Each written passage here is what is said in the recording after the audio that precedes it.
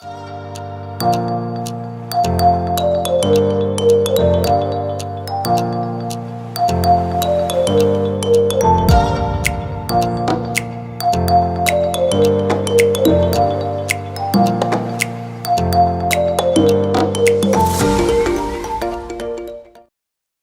chicos, Dios les bendiga. Un saludo para todos y bueno, para todas las personas que están siguiendo este proceso de capacitación de apasionados por la verdad. Bueno, espero que hayas tenido el tiempo de leer, de descansar, si es que lo hiciste, y que podamos continuar aprendiendo de este tema que es muy importante para la defensa del evangelio, y es aprender a argumentar y a pensar de una manera lógica. En esta tercera parte vamos a continuar con nuestro contenido y vamos a estar hablando de las probabilidades. Cómo afecta el tema de la probabilidad dentro de la estructura de un argumento, ¿sí? Y eso es lo que vamos a estar mirando a continuación. Entonces vamos a mirar que todo argumento, ¿sí?, tiene probabilidades. ¿Y cómo funcionan estas probabilidades? Pues vamos a mirarlo. Aquí hay una pequeña analogía de cómo opera una probabilidad. Y vamos a hacer un supuesto. Supongamos que hay dos niños, ¿cierto?, que están jugando o que se encuentran ocasionalmente para jugar, ¿vale? Son vecinos, se encuentran y claramente los niños siempre serán apasionados por el juego, pero este niño en particular se encontraba muy apasionado por jugar con esta niña que era su vecina, era su amiga, y disfrutaba mucho jugar con ella. Y llega un momento entonces en que pues tiene que terminar el juego. La madre de cada uno los llama a cada uno a cenar, y es entonces donde los niños deben despedirse, deben terminar su juego, y debe cada uno irse a su casa. Y es aquí entonces donde la niña hace una pregunta, y es: ¿podrás venir mañana a jugar? Es la pregunta que hace la niña, y ante esto pues es donde viene nuestro ejercicio. Y es que cuando el niño inmediatamente dice sí, sí vendré, y hace una afirmación, pues inmediatamente esto le genera un compromiso. Por lo tanto, si el niño el día siguiente no va a jugar por cualquier razón, pues su amiga estaría en el derecho de reclamarle o de incluso molestarse porque él no fue a jugar, ¿ya? Y es aquí donde viene el tema de la probabilidad.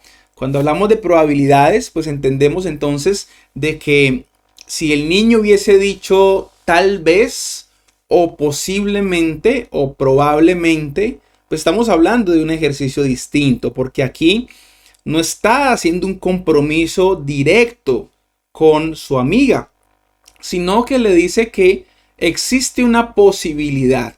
¿Y de qué depende esta posibilidad? Pues justamente antes de comprometerse, este niño recuerda que había escuchado dentro de su familia o de su casa que posiblemente al día siguiente iban a ir al zoológico. Y esto entonces pone en una encrucijada a este chico.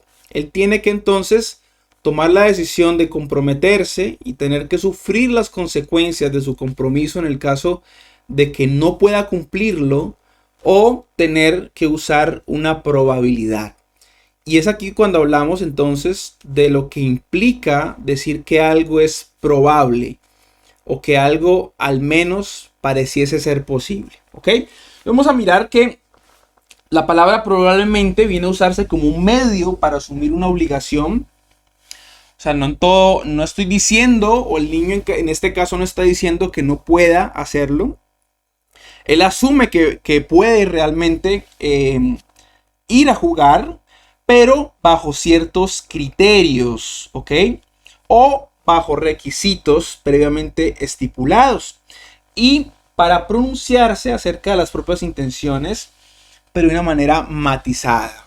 Y esa es la razón por la cual nosotros usamos las probabilidades, que entre otras cosas, hablar de términos probabilísticos es hablar de un modelo, ¿ya? O de un modal que podemos usar para estructurar un argumento. Entonces aquí es donde viene el punto. ¿Cómo utilizar correctamente la probabilidad al estructurar un argumento? ¿Ya? Esa es la razón de ser del estudiar el tema de la probabilidad, ¿vale? Otro ejemplo de esto, una perturbación activa actualmente sobre la isla mueve en dirección este la nubosidad que afecta en estos momentos al norte de Irlanda. Dice aquí el enunciado, dice, se extenderá al nordeste de Inglaterra durante el día, alcanzando, y aquí viene nuestra palabra, probablemente al resto del país en el curso de las últimas horas de la tarde y por la noche. Este ejemplo nos da una perspectiva distinta. ¿Hablando de qué? Si, por ejemplo, el ama de casa, ya que necesita tender su ropa al sol, escuchara este mensaje, pues, ¿qué podría decir? Pues diría que puede existir la posibilidad de que decida colgar su ropa, pero toda su ropa pueda mojarse. Y en este caso, la probabilidad puede llegar a ser un salvavidas para la meteorología, ¿no? O este canal, ¿no? Podemos llamarlo así, que da esta noticia sobre que viene esta derivada, ¿no? Esta nubosidad, esta perturbación, lo llama aquí el enunciado. Y claramente, ¿sí? Pudiésemos ver cómo si el ama de casa tiende su ropa, lo más probable es que sí se moje toda su ropa. Pero si, por ejemplo, cambiásemos esta palabra probablemente y el enunciado fuese se extenderá al nordeste de Inglaterra durante el día, alcanzando, y cambiamos esa palabra probablemente por la palabra seguramente, pues dice alcanzando seguramente al resto del país en el curso de las últimas horas de la tarde y por la noche, pues entonces ahí el tema probabilístico se convierte en una obligatoriedad, ¿vale? Y por eso es que en la argumentación tenemos que tener mucho cuidado cuando nosotros aseveramos algo o cuando lo hacemos en términos probabilísticos, porque cuando aseveramos algo, estamos en la obligación de responder por lo que aseguramos. Pero mientras que hablamos en términos de probabilidades, podemos establecer un criterio de lo que creemos o consideramos, pero no estamos negando, ¿cierto?, la posibilidad de que algo de lo que el lado contrario afirma pues pueda llegar a ser correcto. Y es aquí donde la probabilidad nos puede jugar en contra, porque si existe la probabilidad, y eso es parte de la argumentación atea, es si hay una probabilidad, hay una posibilidad, y si hay una posibilidad es algo que puede llegar a ser real. ¿Ok? Pero hay una gran diferencia en esto. Si hablamos de probabilidades, las probabilidades tienen que ser cualificadas y cuantificadas. ¿Qué tan probable es? Bueno, si hablamos del la meteorología, pues pudiésemos establecer esta probabilidad en un criterio numérico dependiendo de factores probables o al menos racionales, como cuáles. Como por ejemplo la velocidad del viento, como por ejemplo la nubosidad, como por ejemplo la cantidad de rayos de sol que han habido en el transcurso de esos últimos días. Y todos estos datos, la humedad del ambiente, todos estos datos pueden darnos una idea mucho más cercana de que probablemente pueda llegar a ocurrir una derivación de lluvia o puede haber una nubosidad extrema. Aunque no es una ciencia extremadamente exacta, no es totalmente correcta, pero al menos hay una probabilidad mucho más cercana de que al menos sea algo posible, ¿no? Entonces fíjense cómo al hablar de probabilidades, no necesariamente una probabilidad implica que haya una posibilidad. A veces hablamos de probabilidades que son extremadamente remotas al tal punto que pareciesen ser absurdas. Voy a hablar un poco de estas probabilidades o de estos planteamientos al final espero yo, de este bloque, pero se trata de eso. O sea, la probabilidad implica también algunos parámetros que son necesarios a la hora de plantear un argumento. si tus probabilidades no están lo suficientemente cualificadas y cuantificadas, al menos deben parecer lo suficientemente posibles para poder tomar una probabilidad como algo que puede ser un criterio sólido para defender tu argumento. Pero si tú no estás hablando en términos de probabilidades concretas que no son sustentables, que no son cuantificables, que no son medibles, pues entonces estás hablando de un absurdo. Y los absurdos también tienen una forma específica de ser interpretados. Lo veremos ahorita en otra sección que también habla acerca del término absurdo, cómo llegar a un absurdo o cómo entender un posible. Ahora, este es un ejemplo práctico de lo que es una probabilidad. Pero ¿cuáles son las objeciones a la probabilidad? O sea, ¿cuáles son los planteamientos que hay en contra de un criterio probable? El primero es que lo que yo sé que es falso, por ejemplo, puede ser calificado por otro como lo suficientemente razonable, como para ser probablemente algo probable teniendo en cuenta los datos de los que de esas otras personas disponen. ¿A qué se refiere esto? Si yo digo que algo es falso, ¿ok? Porque tengo X cantidad de datos, por ejemplo, si yo digo la generación espontánea es falsa por esto y por esto, voy a dar un caso más real. La generación espontánea es falsa porque Louis Pasteur hizo un experimento en el cual evidenció que las moléculas de los microorganismos a través del aire, cuando no penetraban estas moléculas en la materia inorgánica, pues no se gestaba la vida. Y por lo tanto, a través de esa evidencia observable, yo puedo reafirmar, ratificar que la generación espontánea es falsa. Eso puede ser un ejemplo. Pero ¿qué pasa si yo no estoy lo suficientemente enterado de los datos? Yo tengo un dato que es el de Louis Pasteur, pero resulta que mi contraparte tiene un dato mucho más actual. Entonces resulta, dice, pero tú no conoces este otro experimento que se hizo en el cual se evidencia que claramente de esta materia inorgánica, de estos gases que se encontraron aquí, lograron establecer un microorganismo unicelular que se llama de esta forma y por eso es equivocado tu planteamiento. Ahí mi probabilidad se quedó en nada. ¿Sí ven? ¿Por qué? Porque la probabilidad depende en gran manera de los datos que la sustentan.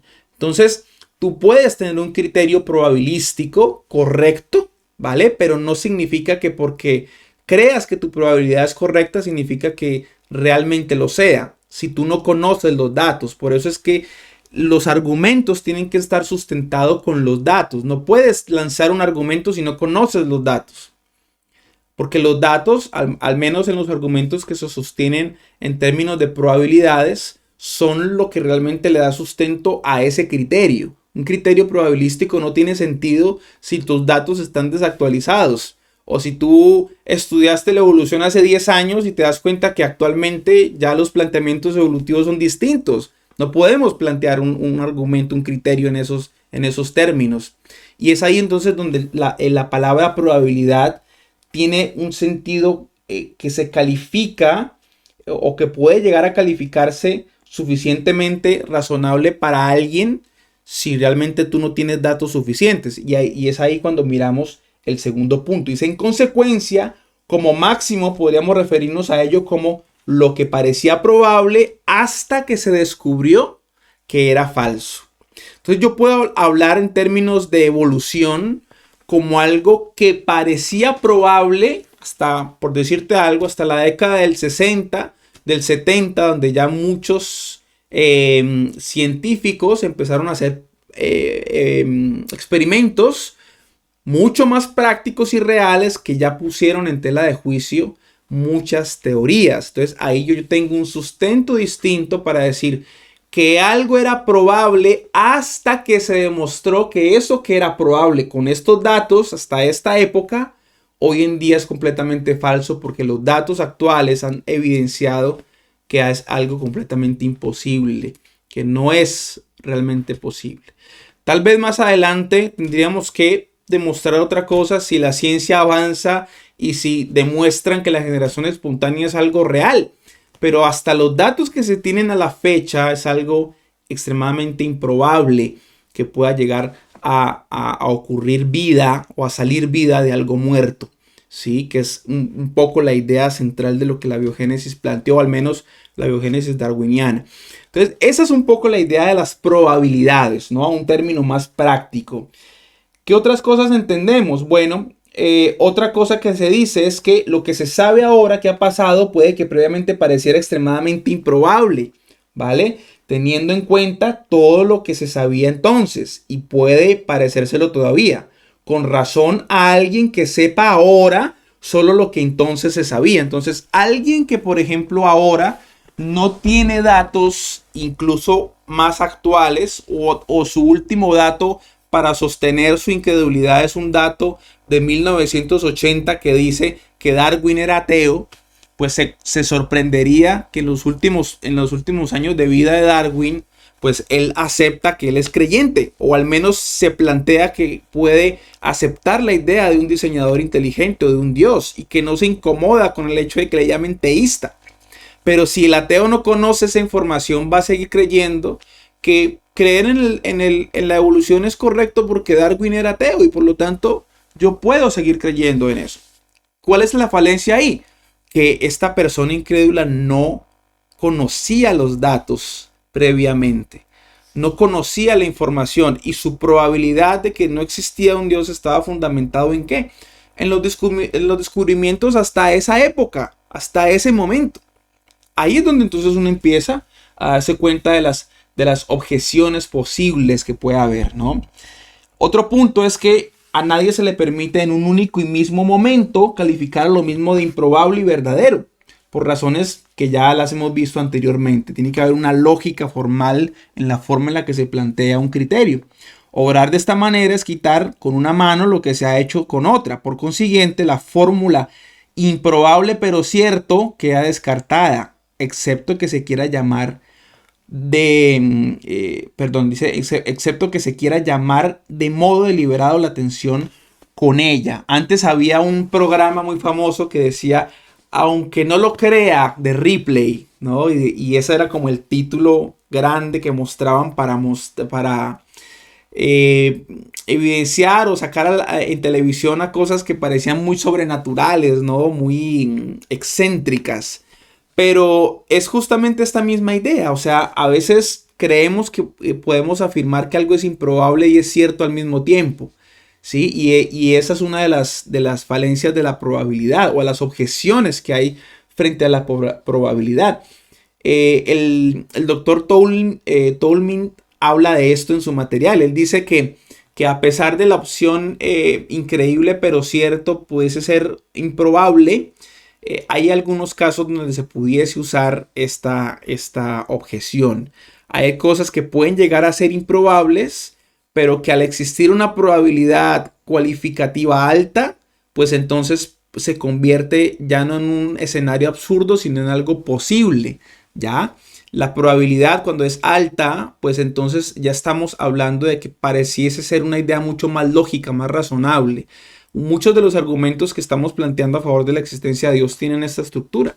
Hablan de probabilidades y hablan de probabilidades mucho más altas de las que las demás teorías por fuera de la teoría del creacionismo o la idea del diseño inteligente, pues actualmente han propuesto en el transcurso de la investigación científica en el mundo. Entonces, pareciese ser mucho más probable, ya en términos cuantitativos, que exista un diseño a que todas las cosas hayan evolucionado de un antepasado común o se hayan generado espontáneamente a sí mismas. Entonces, esa es la razón de la probabilidad. Eso es lo que le da fuerza a la probabilidad.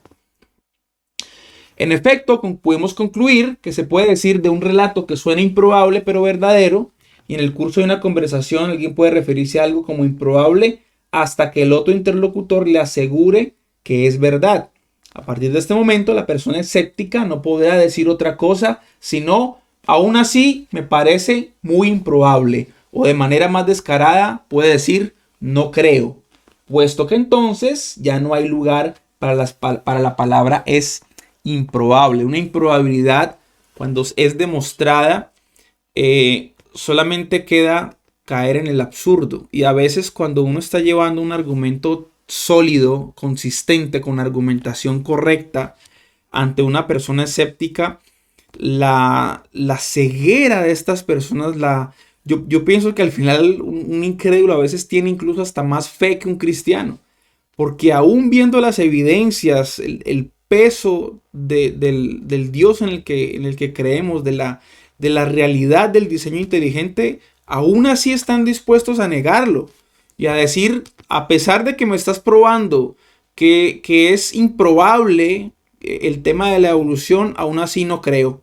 Aún así yo creo, aún no estoy dispuesto a considerar la idea de un diseñador inteligente. Y es ahí donde entonces uno empieza a darse cuenta de lo difícil que puede lograrse, que puede llegar a ser esto. Yo creo que al final el hecho de que un incrédulo de este nivel, no estoy hablando de personas que sí han tenido tal vez un contacto con Dios o han tenido la oportunidad de crecer en una familia cristiana o han tenido algún tipo de experiencia con Dios directamente o han escuchado el evangelio o han tenido algún contacto con otras religiones, a pesar de que existen estas personas, pero es un grupo muy pequeño, o sea, es el grueso de las personas son personas que tienen muchas dudas, que son escépticos, que dudan de todo, no están completamente seguros de si hay o si no hay un Dios. A pesar de que en el mundo la mayor cantidad o sea, la religión más predominante en el mundo es el cristianismo, ¿sí?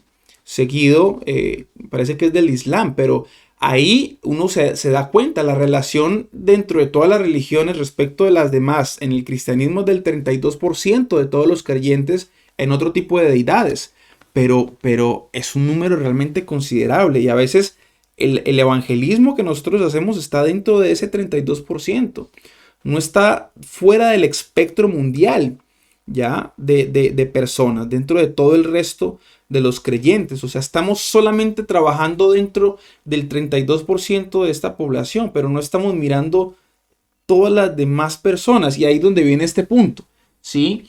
O sea, cuando se habla de que algo es improbable, ¿sí? Entonces, y esta persona dice no creo, o aún así me parece que eso no es probable, ¿sí? No es probable que exista un Dios, o me parece improbable que llegue a existir un Dios, pues ahí es donde se cae en el absurdo, ¿sí? Ahí donde se cae en la ilógica, a pesar de que tú le estás mostrando una evidencia fuera de un parámetro dogmático, fuera de la Biblia, fuera de todas las cosas, pero aún así hay gente que está dispuesta a decir no estoy dispuesto a creer.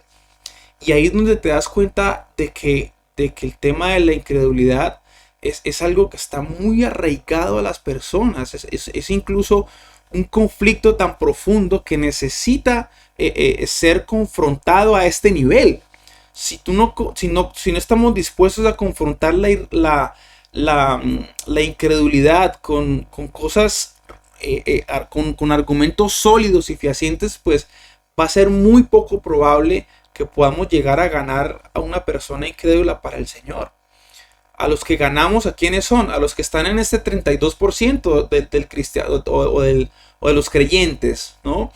Pero ¿qué pasa con el resto del mundo? Ahí es donde no estamos llegando. Y no llegamos porque lo primero que hace la gente afuera es burlarse del cristianismo. Se burlan de todo lo que pasa al interior, ¿sí? De cómo se exterioriza las creencias, ¿ya? De muchas cosas que pasan al interior de las iglesias y de todo eso lo toman como forma de burla. Pero tenemos que empezar a mostrar un cristianismo que sea mucho más razonable, más sustentable. Un cristianismo que muestre que nosotros no estamos solamente locos como nos dice la Biblia, aunque a los demás les parezca locura todo, sino que esta locura tiene una razón de ser. Sí, no estamos aquí por casualidad. Hay algo mucho más allá que me lleva a estar convencido del Dios en el cual yo creo. Sí, o el Dios en el cual yo confío. Y sobre esa idea uno tiene que darse cuenta cómo le ha afectado al mundo esto. Miremos esta aseveración. Dice ninguna proporción, dice Tomlin, a menos que sea una verdad obvia o un absurdo.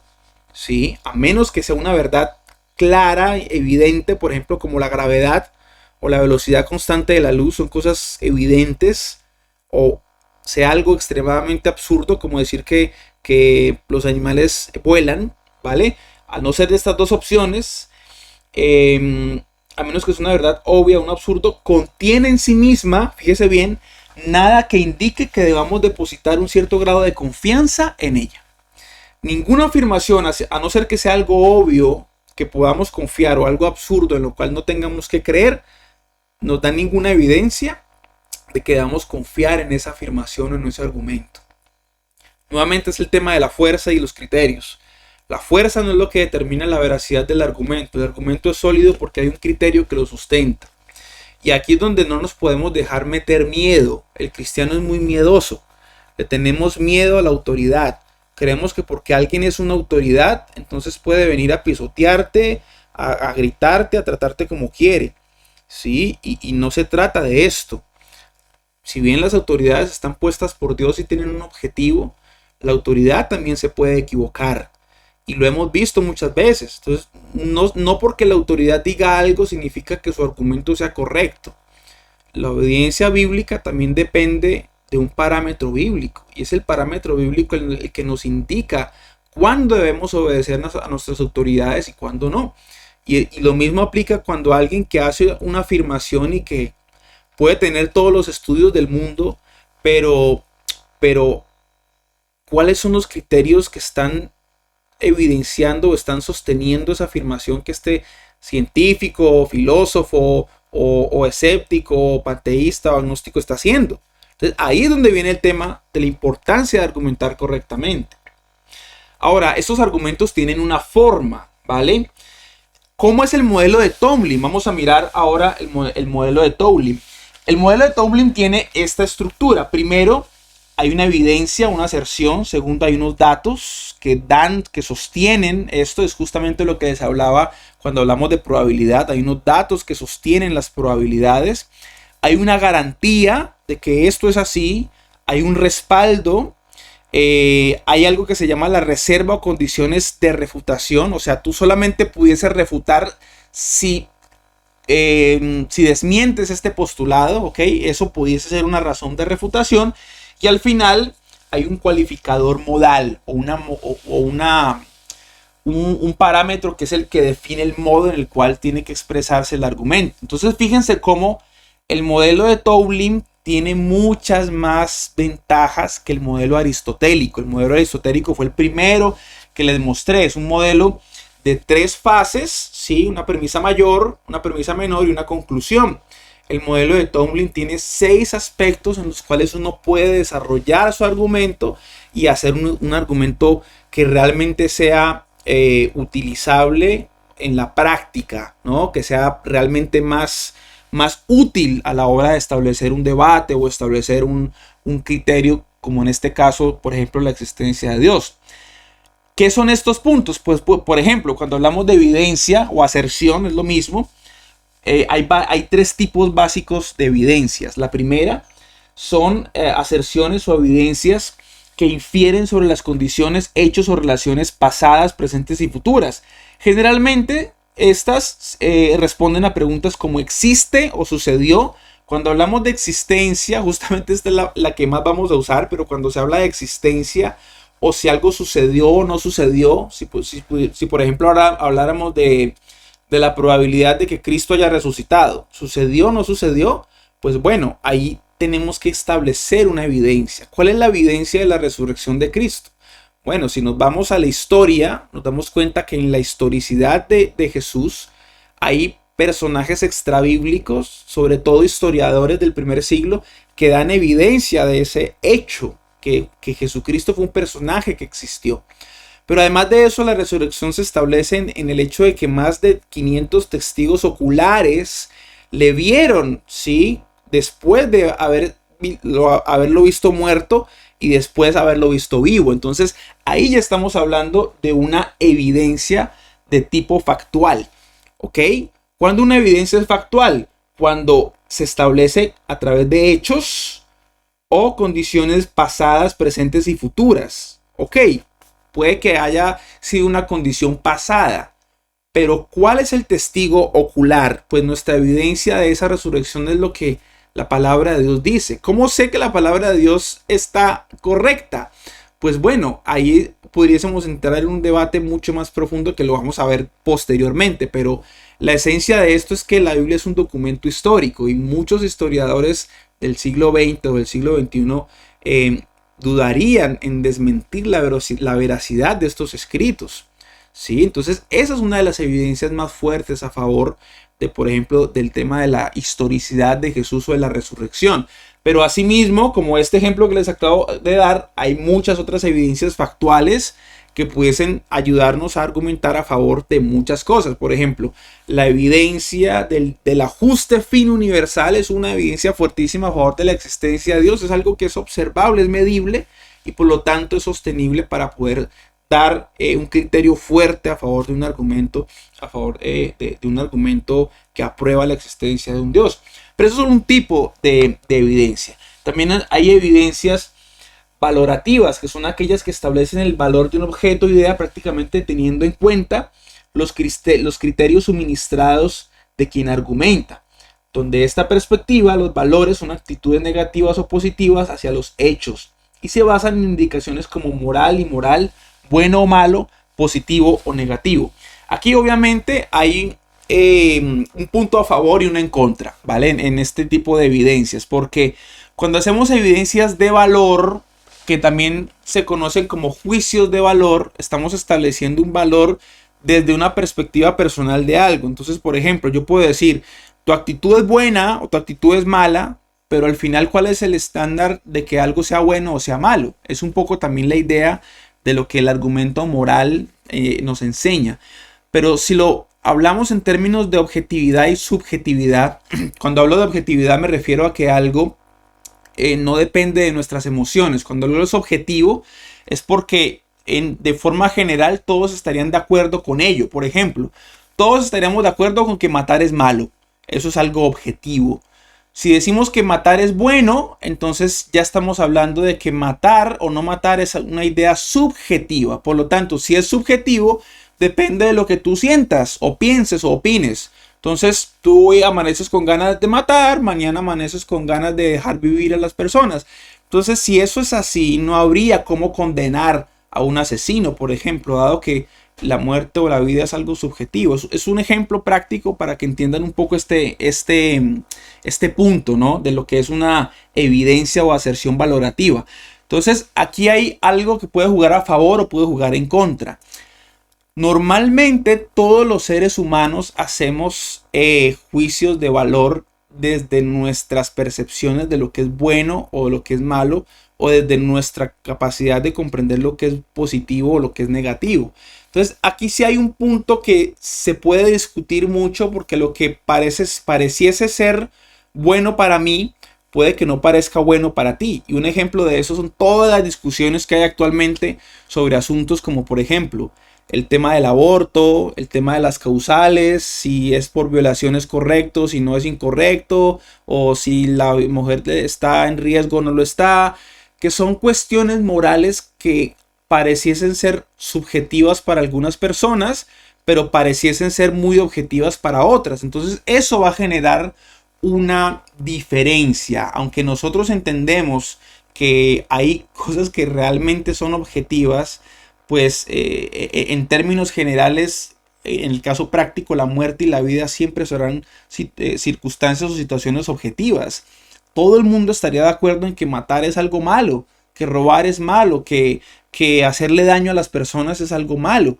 Pero cuando hablamos de términos valorativos y sostenemos un argumento frente a esto, pues muchos pueden llegar a tener otro tipo de opiniones diferente a la nuestra, ¿ya? Entonces eso puede ser algo en contra. Pero algo a favor, ¿sí? Es que, por ejemplo, en el caso del planteamiento ateo, es que el ateo intrínsecamente tiene un estándar moral. Eso es curioso. Por eso es que para mí el ateísmo prácticamente es una religión, porque ellos quieren demostrar algo que dentro de sí mismos lo creen. Hay un material que se los dejé aquí en la descripción del curso que se llama Robándole a Dios. Y la idea no tiene nada que ver con diezmos ni nada de esto, pero la idea de este material es un poco que la ideología o la cosmovisión atea lo que hace es tomar prestados valores del cristianismo o de Dios, o la esencia de Dios mismo, y convertirlos en peyorativos para poder negarle al mismo Dios. Es un poco contradictorio, pero eso es lo que realmente el ateísmo hace. El ateísmo toma principios y valores morales que él considera como correctos y los niega con el objetivo de negar que existe un diseñador, un ser diseñador universal. Entonces, el problema en la gran mayoría de los casos no es un problema científico, es un problema religioso y dogmático. Ya no es que el ateo no tenga la suficiente evidencia para creer en un Dios, pero tiene toda la evidencia según su criterio personal para negar su existencia. Entonces ahí es donde está el problema.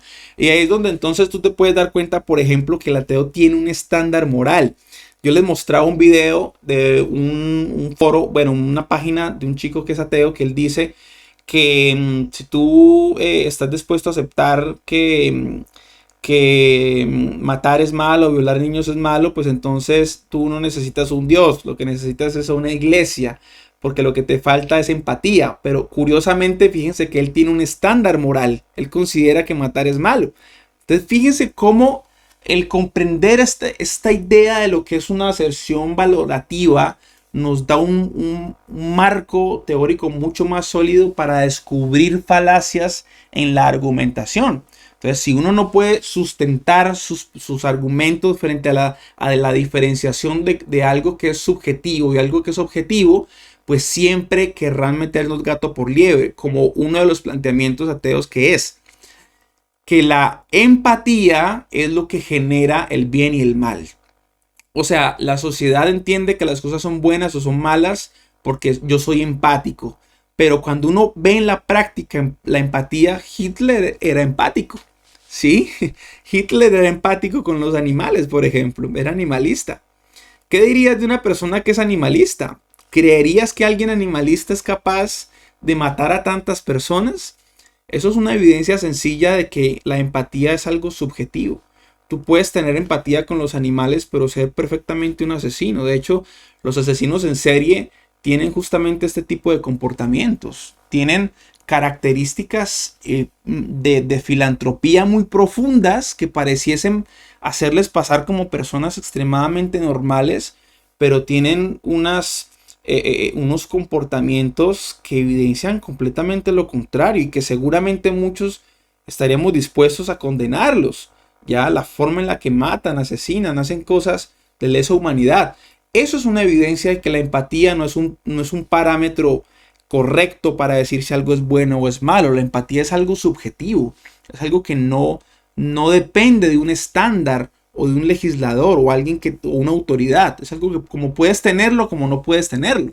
Ahí es donde entra el tema de la evidencia valorativa. Y la última es una evidencia política o decisiones a tomar, que son evidencias que informan sobre lo que debería o no debería hacerse. En otras palabras, funcionan como un conjunto de decisiones que se pueden tomar para resolver un problema. Ejemplo, la universidad debe invertir en mayor cantidad de herramientas tecnológicas.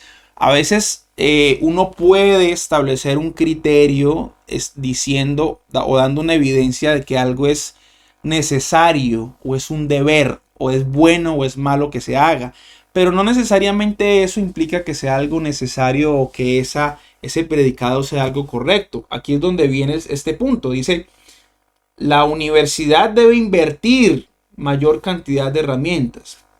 Tal vez al principio no estás dando una evidencia del por qué, pero al menos pareciese probable que bajo el criterio que tengas, pues sea algo que realmente es necesario, que la universidad pues tenga herramientas tecnológicas. Y ahí es donde se crea una evidencia de tipo política o con base en una decisión que debe ser tomada bajo un criterio externo, ¿sí? Porque es bueno la tecnología para los jóvenes o porque es algo que nos va a llevar a tener más estatus, ¿sí? O sea, se pueden dar muchas evidencias ahí en ese punto. ¿Qué más encontramos aquí entonces? Bueno, los datos. En este paso, que ya lo vimos, que ya os expliqué un poco, dice quien argumenta debe dar una serie de razones que defiendan su permiso a pretensión. Estas deben ser suficientes y relevantes. Por ejemplo, los partidos políticos han hecho trampa en las elecciones anteriores. Yo debo dar evidencia de eso. Ese tiene que ser el dato. Si yo no doy evidencia de eso, pues, o ese dato está equivocado, pues no puedo sostener mi argumento con base en esa verdad. La garantía. Recuerden que estamos hablando de los pasos que debe tener un argumento en el planteamiento del Dr. Tobling. La garantía, dice, consiste en la justificación del paso de los datos a la evidencia o a la pretensión. Por ello, se define la garantía como un proceso de unión entre esos elementos. Por ejemplo, si los partidos han hecho trampa antes, es probable que la vuelvan a cometer, de acuerdo a la creencia común. Cuando tengo una garantía, es como un seguro de que esa premisa anterior, pues es mucho más probable. Entonces, si yo digo, bueno, los partidos políticos vienen haciendo trampa hace 3 años, ¿qué nos da evidencia de que no lo puedan seguir haciendo? Esa es una garantía, es un planteamiento de garantía, porque tengo un dato que me permite fortalecer mi aseveración. Pero no solamente la garantía es la seguridad, vamos a mirar que también se debe tener un respaldo de esto que se está afirmando. Entonces miren que construir un argumento en estos términos es supremamente sólido, o sea, es mucho menos probable que en el caso aristotélico. Si yo planteo que los soldados, no todos los soldados son héroes, pues hay muchas cosas que me pudiesen debatir. Pero si yo tengo, en este caso, tengo la evidencia, tengo los datos, tengo la garantía, tengo el respaldo, que por ejemplo estamos en este punto, dice, consiste en demostrar que la garantía es válida y que su aporte es relevante para sustentar sus premisas. Quien argumenta generalmente emplea testimoniales orales, datos estadísticos, historias de vida, entre otros. Por ejemplo, el autor Andrés López concluye que las naciones acostumbradas al fraude electoral siempre tratan de perpetuar esta práctica. En el caso de los fraudes electorales, un ejemplo que da el autor es lo mismo. Entonces, por ejemplo, yo puedo decir, sí, los otros partidos vienen 3 años haciendo trampa. Oye, pero susténtame que realmente están haciendo trampa. Ese es el respaldo, ¿sí? Ahí es donde viene a jugar un papel importante el respaldo. El respaldo es la evidencia, ¿sí? Que sustenta esa garantía, ¿ok? El respaldo es la evidencia que sustenta el tema de la garantía. Y por último, la reserva o las condiciones de refutación. ¿Cuáles son estas? Pues se trata de las posibles objeciones, ¿cierto?, que puede tener el argumento. Por ejemplo, no se llevará a cabo el fraude electoral si cada partido político cuenta con un representante durante el escrutinio. Además, tendrá que existir una comisión que vigile los grupos pequeños no vendan sus votos. Entonces ya estoy diciendo que existe una probabilidad en la cual mi argumento pueda ser desmentido, pero tiene que cumplirse de esa forma. De lo contrario, siempre existirá la probabilidad de que el partido político vuelva a robar si no se cumplen las condiciones de refutarlo. En conclusión, el sistema de Tobling opera de la siguiente forma. A partir de una evidencia, se realiza una aserción, un propósito, una garantía, se encarga de conectar la evidencia con la aserción y ofrece su cimiento práctico, teórico, experimental, si es que necesita hacerse de forma experimental, como siendo este mismo el respaldo del argumento en sí. Por otro lado, los cualificadores modales indican de qué manera se interpreta la aserción, siendo esta probable, contingente o verdadera. Finalmente, se toman en cuenta las posibles reservas u objeciones. En el cualificador moral, ¿sí?, que lo vamos a mirar ahorita en un ejemplo, aquí lo define un poco más claro, dice, indica el grado de probabilidad de la evidencia o de la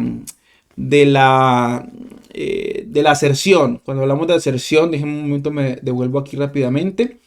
Cuando hablamos de la aserción estamos hablando, sí, justamente de la evidencia, ¿sí?, del planteamiento inicial, ¿ok? Entonces, el cualificador habla de la probabilidad, ¿sí? Recuerden lo que les hablé de los modalismos. El modalismo es la intención que tiene el argumento, ya sea probabilístico, improbable o necesario. Y teniendo en cuenta el ejemplo anterior, se puede establecer que en este caso el cualificador sería posiblemente, ¿ya? En el ejemplo anterior digamos, la posibilidad de que puedan hacer fraude electoral. Como puede que no, pero las evidencia que da una seguridad de que hay una gran probabilidad de que sí lo vuelvan a hacer. ¿Ok? Ese es un poco el punto del cualificador modal. Ahora, eso es un ejemplo práctico de cómo se estructura el modelo de Toulmin. Cuando yo les mostré en la primera sesión el modelo aristotélico, lo que mostramos aquí es el modelo de Toulmin. Entonces dice, la aserción o la evidencia, ¿cuál podrías hacer? Un ejemplo completo. Los pupitres de los alumnos y la silla de los docentes deberían, aquí está el cualificador modal, dice, deberían ser sustituidos por mesas de trabajo grupal. ¿Cuál es la evidencia? ¿Por qué esto debería ser así? Dice, los alumnos trabajan aislados del grupo si se mantienen en los pupitres. Esto quiere decir que el pupitre detiene el trabajo en equipo y remarca la diferencia que existe entre el espacio de los estudiantes y el del docente. ¿Cuál es la garantía de esa evidencia? Pues el rendimiento del trabajo en equipo se ha evidenciado o se tienen datos reales de que es más eficiente que el trabajo individual. Cuando se trabaja grupalmente hay más evidencia de que eso es más efectivo, más rápido que una sola persona trabajando. El respaldo de esto es que la empresa Johnson & Johnson ha determinado que el enfoque cooperativo, es decir, el trabajo grupal, permite que las tareas se realicen con más efectividad. ¿Cuál es la reserva de esto? Dice, a menos que se deba realizar un trabajo o actividad que necesariamente sea individual. O sea, ¿cuál sería la única razón en la cual se deberían usar pupitres en vez de mesas de trabajo? Cuando la actividad que se está desarrollando sea una actividad individual. Por ejemplo, un examen.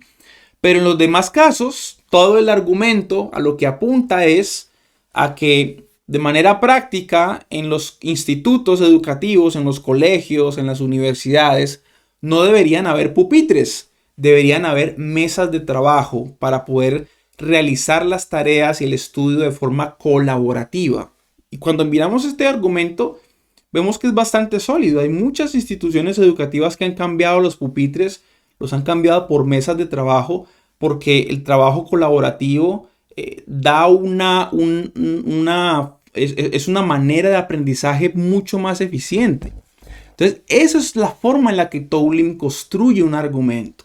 Y si nosotros lográramos tomar ese modelo de esos seis pasos, de esos 6 procesos, haciendo las fases correctas, las 4 fases necesarias para poder establecer un argumento correctamente, pues creería yo que esos tipos de argumentos serían lo suficientemente sólidos para poder plantearse ante cualquier tipo de cosmovisión que el día de mañana nos quieran proponer.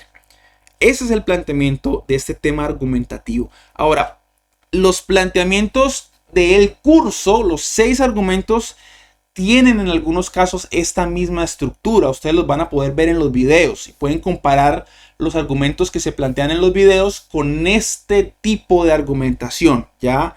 Con este modelo de argumentación. Es mucho más sólido, más consistente, hay menos probabilidad de caer en falacias argumentativas, hay menos opción a introducir otro tipo de planteamientos, la robustez es mayor. Hice un pequeño cuadrito aquí. Bueno, hablar de lógica operativa y lógica idealizada, voy a resumir esta parte, y es que si hablamos de lógica formal, en el caso por ejemplo del modelo aristotélico, pues es toda una rama de la lógica que estudia, analiza a través de inferencias por medios técnicos, semánticos, deduce a través de un lenguaje formal si un criterio es correcto o no. Pero la lógica formal sí tiene unas estructuras muy rígidas, hace unas agrupaciones con criterios muy complicados. De hecho, los 4 primeros años de una persona que estudia filosofía son en lógica formal. Lo que más estudia un filósofo o una persona del ámbito de las humanidades es lógica. Y es lógica formal. La lógica de Toulmin ha salido como una alternativa porque es mucho más práctica en el ejercicio real de la argumentación. Y es ahí entonces donde hablamos de lógica operativa y lógica idealizada. La lógica operativa es el modelo que Toulmin propone. Cuando hablamos de que uno puede establecer un argumento desde la óptica de la lógica operacional, es que de manera práctica, ¿sí? De manera tangible, este modelo es mucho más eficiente que un modelo idealizado. Cuando hablamos de lógica idealizada, lo que estamos diciendo es que a veces en la forma como se establece un argumento, en su lógica, en su planteamiento, pues idealizado se refiere a que ya existen como formas preestablecidas. Una forma más práctica que se me ocurre ahora de pensar en esto es cuando tú idealizas tu hombre o tu mujer ideal, ¿no? O tu modelo de pareja ideal. Entonces tú dices, tiene que ser rubio, de ojos azules, tiene que tener el cuerpo así, de esta forma, tiene que tener este carácter. Y eso es una idealización de eso. Es lo mismo con el tema de la lógica. El transcurso de la forma en la que ha avanzado la argumentación nos ha hecho creer que el modelo idealizado aristotélico, punto 1, punto 2, punto 3, la forma, sus planteamientos, ya matemáticamente hablando, deben ser así para poder ser correctos, ¿ok? Y eso no tiene nada que ver con que algo sea correcto o incorrecto. En cambio, el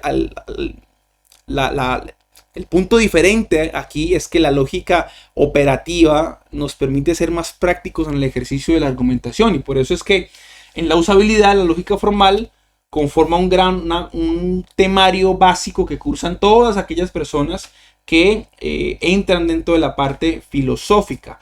Pero ¿qué pasa entonces cuando hacemos una comparación entre estos dos tipos de lógica? Hablando de la operativa dentro del planteamiento de Toulmin y hablando de la idealizada dentro del planteamiento de Aristóteles. En la operativa, pues, tiene estas cosas buenas, digámoslo así. Primero, pues permite la ejecución práctica sin toda esa estructuración formal que tiene la aristotélica. Ayuda a comprender mejor el sustento práctico de un argumento, mejora la comprensión del argumento, por ejemplo, en el caso de los pupitres. Dice también mejora la comprensión del argumento. No es tan probable establecer falacias argumentativas, ¿sí? Ya es más difícil decir que es ad verecundiam o que tú estás yendo a te estás apoyando en un científico, en una persona que dijo, porque el orden del respaldo, el argumento, la evidencia te obliga a tener un sustento real. No es tan hipotético, entonces hay menos probabilidad de que ese tipo de cosas ocurran. Y bueno, no es tan probable establecer falencias. ¿Cuáles son sus contras? Bueno, respecto del aristotélico, pues que el planteamiento es más extenso. El aristotélico son 3 puntos. Aquí estamos hablando de 6 aspectos.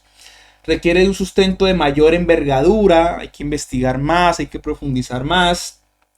Y el no comprender su estructura, pues puede llevarnos a un planteamiento equivocado. Si tú no comprendes lo que hay adentro de cada uno de estos 6 puntos, pues es más fácil que puedas plantearte algo equívoco, ¿sí? No algo falaz. La falacia tiene el objetivo de engañar, pero el equívoco es algo que ocurre sin buscarlo, es por desconocimiento.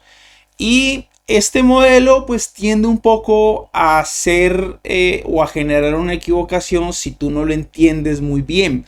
Por eso es que tal vez esta es la parte más álgida del curso, ¿no? Es el momento en el que tú tienes que comprender esta teoría ya para realmente comprender lo que viene después. Y es aquí donde tal vez hay mucho tecnicismo, ¿no? Es como que, aunque yo he intentado explicar los conceptos, he intentado hacértelo lo más práctico posible, pero a veces se puede llegar a convertir en un asunto difícil de comprender, pero no imposible de entender. Entonces, si tienes dificultades en algo de este proceso, pues vamos a intentar resolverlas a través de algunos talleres, como te dije, vas a encontrarlos aquí en esta lección, o a través del foro, ¿sí? Ahí puedes hacer alguna pregunta o alguna acotación de algo que no te haya quedado claro. Créeme que si no lo sé, lo voy a investigar para ti, voy a buscar la manera de darte la respuesta más concreta y más correcta posible. Y si no, alguien del equipo lo va a hacer, pero la idea es que tú te puedas llevar conceptos claros de este tema o esta propuesta de Toulmin para la argumentación a favor de la existencia de Dios. Aparte de esto, pues entonces la idea de la segunda parte de la lógica idealizada. Cuando hablamos de idealizada estamos hablando del modelo aristotélico. Es de fácil comprensión, la estructura es más corta, generalmente es comúnmente aceptada en ámbitos académicos. Si tú elaboras un argumento bajo silogismos aristotélicos, es más fácil que sea comprensible. Este modelo es más práctico, por ejemplo, los abogados lo utilizan más que el aristotélico. Es más práctico hacerlo de esta forma, pero también tiene más contras, es más susceptible a errores, obedece a agrupaciones, como les dije ahorita, agrupaciones y criterios mucho más estrictos. Cuando se habla de lógica formal, tengo un material de lógica formal, se los puedo dejar aquí en el grupo al que le interese entender un poco más a profundidad el tema de los criterios de la lógica formal. Tiene unas escrituras, una forma de escribir los argumentos, una parte operativa que es un poco tediosa de comprender. Por eso es que los filósofos estudian tanto, leen tanto, que a veces es difícil plantear un argumento en términos formales. Entonces la lógica formal tiende un poco a ese modelo, pero al que le interese saber qué es la lógica formal y cómo es, si a alguno de ustedes le interesa estudiar filosofía, pues que pueda tener un primer acercamiento a lo que eso significa, ¿no? Y es de difícil comprensión en términos modales. Si tú hablas de probabilidades, como ya les mostré en el primer caso, hay muchas oportunidades de introducir diferentes variables probabilísticas dentro de este modelo. Entonces es más fácil que tu planteamiento esté equivocado o estés haciendo algo, planteando una estructura informal, queriendo hacerla pasar como formal. Y si estamos hablando de Dios, pienso que no podemos darnos ese lujo. Creo que tenemos que estar lo suficientemente seguros de que lo que estamos refutando a otra persona que piensa diferente a nosotros tiene que ser lo suficientemente sólido y no podemos dar lugar a otro tipo de planteamiento. Entonces es importante entender este modelo, el modelo de Toulin, el modelo de 6 pasos y no el modelo de 3. ¿Sí? Esa es la última parte de este curso. Hay algunos argumentos falaces que quiero nombrarlos porque estos no los van a ver tal vez en contexto aplicados en la última parte de esta materia, que ya tiene que ver con un asunto de identificar falacias argumentativas lógicas y formales, ¿sí? Entonces, estos argumentos son argumentos que te vas a encontrar, ¿sí? Que te los van a plantear, son los caballitos de batalla de la incredulidad. Eso es lo que te vas a encontrar en un campo real. Y te lo digo porque lo he encontrado realmente en intercambios de ideas que he realizado con algunas personas de otro tipo de cosmovisión. Y lo he encontrado más adelante en la mentoría. Les puedo mostrar algunos ejemplos de esto en la práctica, pero es necesario estudiar estos tipos de argumentos porque muy comúnmente, muy fácilmente te van a salir con esto y tú tienes que estar preparado, como dice la palabra de Dios, preparado, dispuesto, listo para presentar defensa contra aquel que te la demande, que lo van a hacer, ¿sí? Que va a ocurrir en algún momento y tienes que estar dispuesto a saberlo y a conocerlo. Entonces, vamos a mirar en qué consiste esto. Entonces, algunos falsos argumentos. El primero de ellos es uno que se conoce como la falacia de Euler, perdón. Este es un matemático, pudiésemos llamarlo de esta forma, teorizador, podemos decirlo también así, que estaba a favor de la idea de que el universo era infinito en el pasado, o sea que el universo no tenía un inicio, ¿ok? De hecho, Fred Hoyle, que es este personaje, planteó una hipótesis y es que en algún momento el Big Bang, que realmente él fue el que le acotó este término Big Bang, ¿ok? El sacerdote monoteísta que fue el que primero habló de este proyecto nunca le llamó Big Bang. Eso fue un nombre que después, a forma de burla, se le asignó a esta teoría. Pero en pocas palabras, lo que te quiero dar a entender es que este este personaje, ¿cierto? Fred Hoyle, lo que hizo fue plantear una hipótesis fundamentada en probabilidad.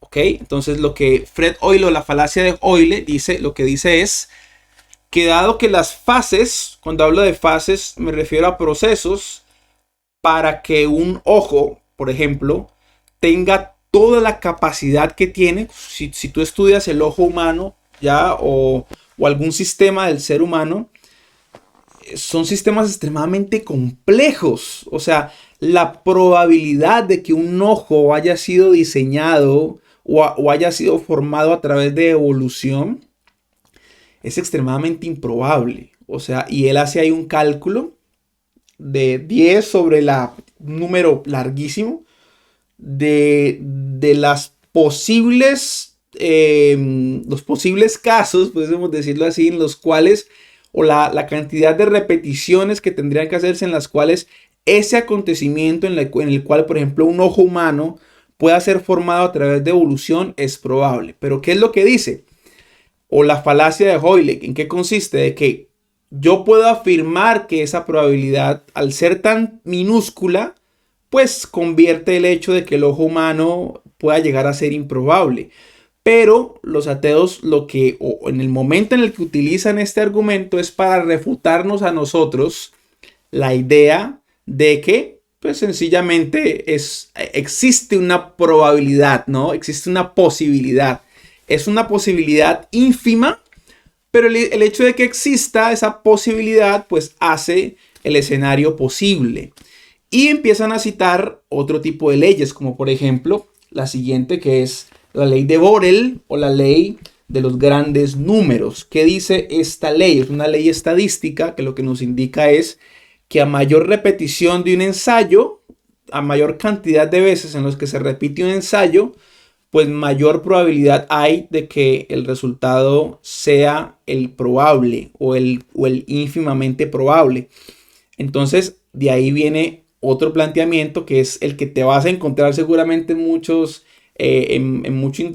intercambios de puntos de vista o cosmovisiones, que es este que está acá, que se encuentra aquí, que es el teorema del mono. Por eso puse ahí la foto del mono, porque según este planteamiento o esta probabilidad, porque al final digamos que deja muchas cosas sin resolver, ese es el ejercicio justamente aristotélico o formal, que fíjense que muchas cosas de las teorías o los teoremas están basados en una lógica formal, pero la lógica formal tiene muchas deficiencias, y una de las deficiencias de estas falacias es que, por ejemplo, en el caso de la de los números, cuando hablamos de la ley de los grandes números, y es que dicen que a más repeticiones del ensayo, ¿vale? Entonces mayor probabilidad hay de que el acontecimiento llegue a acercarse al posible.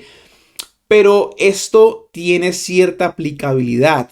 Lo que pasa es que el incrédulo lo que hace es que toma este mismo ejemplo para afirmar ideas como la siguiente, que es una afirmación ya ha sido desmentida por diferentes teoristas o diferentes científicos, pero debes conocerla, y es el teorema del mono infinito. ¿Cuál es el teorema del mono infinito? Entonces te plantean un supuesto que dice así. Dice, supongamos que colocamos un mono infinito, o sea, que es eterno, que nunca se va a morir. Un mono infinito en un cuarto. Y a ese mono infinito, que no es inteligente, que no tiene inteligencia alguna, lo único que tiene es que es infinito, no es un ser inteligente, le ponemos una máquina de escribir al interior, ¿ok? Ese es el planteamiento, esa es la teoría. Entonces, por eso aquí está el mono escribiendo. Entonces, ¿qué es lo que dice esta teoría? Que en algún momento ya este mono, por la repetición del escribir en la máquina, una y otra vez, va a llegar un momento en que va a lograr escribir un texto que va a ser coherente, ¿ok? O al menos va a poder escribir, por ejemplo, una poesía. Entonces, claro, cuando uno coloca este ejemplo en términos probabilísticos, pues la probabilidad pareciese ser incluso irracional, ¿sí? O sea, realmente es un acontecimiento más improbable que probable, ¿vale? Y bajo esos términos, entonces es que el incrédulo quiere hacer comprender o quiere plantear que la hipótesis o más bien la teoría de la generación espontánea o la biogénesis, sí, al final es una hipótesis muy poco probable, pero que es algo que pudo haber ocurrido en miles de millones de millones de millones de millones de años. O sea, es algo que realmente puesto en términos lógicos no pareciese ser algo real. Y claramente tú lo puedas entender de la misma forma que te lo estoy explicando yo, pero tú debes dar argumentos sólidos por los cuales esto no es posible. Y ahí es donde entonces entran los datos. Ahí es donde tienes que conocer, por ejemplo, la idea o la ley que indica, a diferencia de la ley de la probabilidad, que es la ley de Edwin Hubble, que indica que el universo no es infinito en el pasado, como lo quiere afirmar Fred Hoyle. No es infinito en el pasado. Ya hay una ley a través de un cálculo matemático probable y verificable que el universo es finito. El universo tiene una forma cónica, por lo tanto tuvo un inicio. Y esa es justamente uno de los principales argumentos por los cuales la generación espontánea es poco probable o casi absurda e imposible. Y por lo cual muchos otros teóricos ya lo han afirmado, el mismo Louis Pasteur y otros, muchos más que los verán cuando vean evolución y cuando vean el análisis técnico de los 6 argumentos a favor de la existencia de Dios, verán estas propuestas, estas proposiciones. Pero lo cierto es que ninguno de esos planteamientos tiene una lógica argumentativa concreta o correcta que permita creer que esto realmente es un acontecimiento hipotéticamente probable. Pero tienes que estar dispuesto a conocer los datos para poder refutar esto. No es suficiente con que tú digas es improbable o es imposible. No, tú tienes que mostrar algo que es evidente para poder desmentir la teoría del mono infinito, aunque parezca lo más absurda del mundo. Pero esa es la forma con la cual tú vas a poder realmente evidenciar cuál es el Dios en el cual tú crees. Cuando tú das un sustento sólido de tu creencia, hay mucha más probabilidad de que las personas estén dispuestas a reconocer que existe un Dios y estén dispuestas a aceptar que Jesucristo murió en la cruz del Calvario por sus pecados. Es algo más razonable de creer cuando tú tienes una idea macro de lo que significa que existe un diseñador inteligente, un ser superior, todopoderoso, creador del cielo y de la tierra. Y ahí es donde realmente está el sustento de todo esto. Ahí es donde tú entiendes que la importancia de argumentar. Tal vez hasta este momento, si ya llegaste hasta aquí, puedes poner en duda muchas cosas o tal vez tengas muchas dudas y preguntas respecto de este proceso que te acabo de explicar. Pero si lográramos o si lograras establecer tus argumentos bajo esta estructura, créeme que tu solidez a favor no solamente de tu propia creencia en el Dios en el cual tú crees se fortalecería, sino también en la forma en la que tú llevas el evangelio a otros sería algo contundente. Yo confío en que de aquí van a salir muchas cosas buenas. Muchas personas que van a salir apasionadas por la verdad, que van a tomar su vida cristiana de formas diferentes. Pero eso tiene que ser una decisión que solamente tú puedes tomar. Aquí solamente te estamos dando las herramientas que tú necesitas para poder darte cuenta de cómo son las cosas y de que tus creencias no son absurdas, son totalmente lógicas y razonables.